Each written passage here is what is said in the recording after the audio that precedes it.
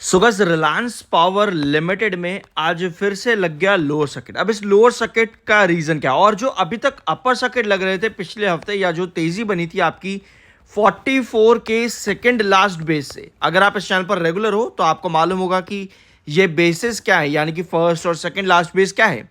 तो अगर आपने पिछला वीडियो भी देखा है रिलायंस पावर पर इस चैनल पे, तो आपको मालूम होगा कि एक्सपर्ट्स के क्या स्टेटमेंट्स थे और सीबीआई रेड और एफआईआर जो लास्ट वीक यहाँ पर हुई है अनिल अंबानी और बाकी के मेंबर्स के अगेंस्ट में, वो सब क्या है। तो ये वीडियो अगर आपने नहीं देखा है, और उसके साथ में हमने डिस्कस किया था कि टेक्निकल पॉइंट ऑफ व्यू पे क्या गिरावट पॉसिबल है, यानी कि लास्ट हफ्ते के लास्ट सेशन पे जो आपकी गिरावट आई थी, पहली बात तो तेजी जो बनी थी वो 44 के बेस की वजह से थी। ठीक है, 44 का बेस, अपार्ट फ्रॉम दिस जो भी आर्बिट्रेशन अवार्ड कंपनी ने जीता पुराने 8 साल पुराने केसेस के अंदर, ठीक है, उन सब चीजों को मिला करके 44 के बेस से आपकी तेजी बनी थी रिलायंस पावर पे। लेकिन जो गिरावट हुई वो आपकी बनी 50 के रेजिस्टेंस से। तो ये वीडियो अगर आपने देखा तो 6 मिनट 40 सेकंड पर आपको देखेगा चार्ट पैटर्न पे, एग्जैक्ट 6 मिनट 40 सेकंड पर आपको ये रेजिस्टेंस ट्रेंड जो कि 50 पे है, 50 रुपए पे, ये रेजिस्टेंस ट्रेंड आपका है। इसके बाद आता है आपका थर्ड बेस जो कि 52 का है, लेकिन 50 का रेजिस्टेंस है। 52 पे आने से पहले आपको जो रेजिस्टेंस बनता है वो 50 का बनता है। और अगर आपने पिछला वीडियो देखा तो लास्ट सेशन के अंदर आपके पास 50 के लेवल के, यानी कि 50 के एक रेजिस्टेंस पर सेलर काफी ज्यादा एक्टिव हो गए थे। यहां देखो ऊपर की टेल आपको ऑलमोस्ट हर कैंडल पर, हर दूसरी कैंडल पे आपको लंबी नजर आएगी। तो यहीं पर ही आपके सेलर एक्टिव हो गए थे, जिसके बाद में वापस से स्टॉक में अब गिरावट चालू है।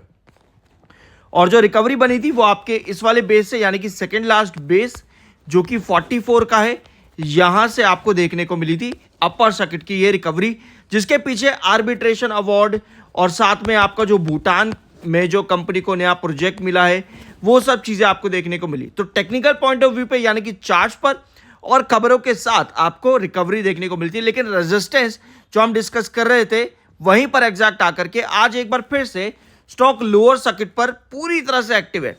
ऑल्दो ओपनिंग सेशन में थोड़ी बहुत आपको चीजें दिख रही थी पॉजिटिव डायरेक्शन में, जहां पे ओपन हुआ 46.61 पे और हाई भी लगाया 47.45 का, लेकिन उसके बाद सीधा स्टॉक लोअर सर्किट पर ही लगता देखने को मिला। रीजन एफआईआर और साथ में सीबीआई की जो फर्दर रेड्स चल रही हैं इस पूरे मामले में, ये रीजन बना। Apart from this chart pattern पे आपको पता ही है 50 का आपका रेजिस्टेंस है, तो ये चीजें भी आपको देखने को मिली।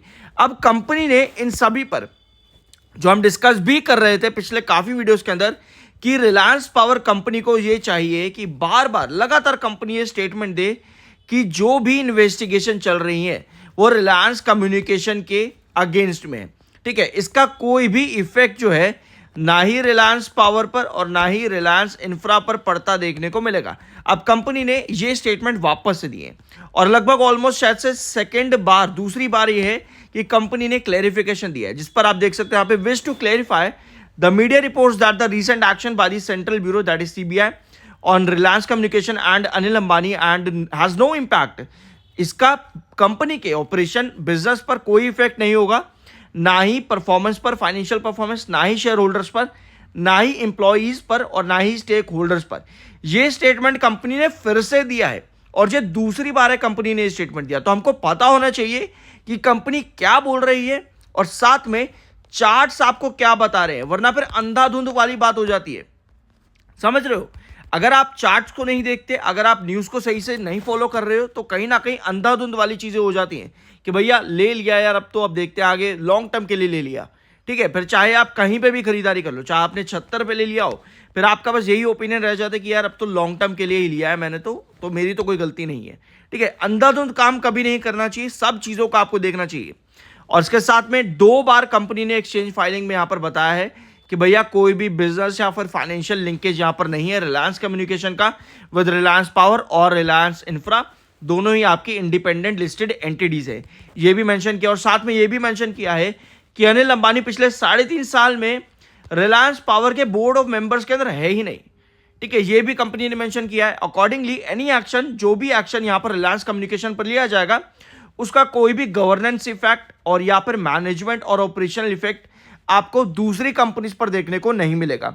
तो ये सब स्टेटमेंट कंपनी ने दिए हैं, ऑल्दो ये सारे स्टेटमेंट पॉजिटिव है।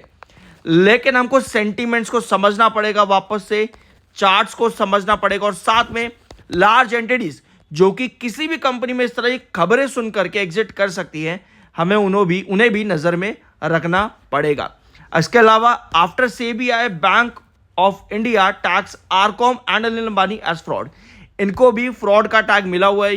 ये खबर आपकी पिछले हफ्ते स्टार्टिंग के अंदर ही आ गई थी कि 2016 का जो पूरा ये जो मामला चल रहा है डाइवर्जन ऑफ फंड्स का, ये फंड्स कहां कहां डाइवर्ट हुए हैं। और अगर आप समझो यहां पर, अब आप कहोगे कि यार जब सब कुछ कंपनी ने कह दिया कि भैया रिलायंस कम्युनिकेशन का घोटाला है, अनिल अंबानी का घोटाला है, और 3.5 साल से अनिल अंबानी ना ही बोर्ड ऑफ मैनेजमेंट और मैनेजमेंट में रिलायंस पावर के ना ही कुछ कोई लिंकेज नहीं है, तो फिर क्यों लोअर सर्किट लगा? रीजन ये है कि जो भी डायवर्जन ऑफ फंड्स है 2016 में जो हुआ था, एक रिपोर्ट आपकी और आई थी जो हमने डिस्कस भी की थी कि रिलायंस पावर और रिलायंस इंफ्रा ने अपने आप को डेट फ्री कैसे डिक्लेयर कर दिया।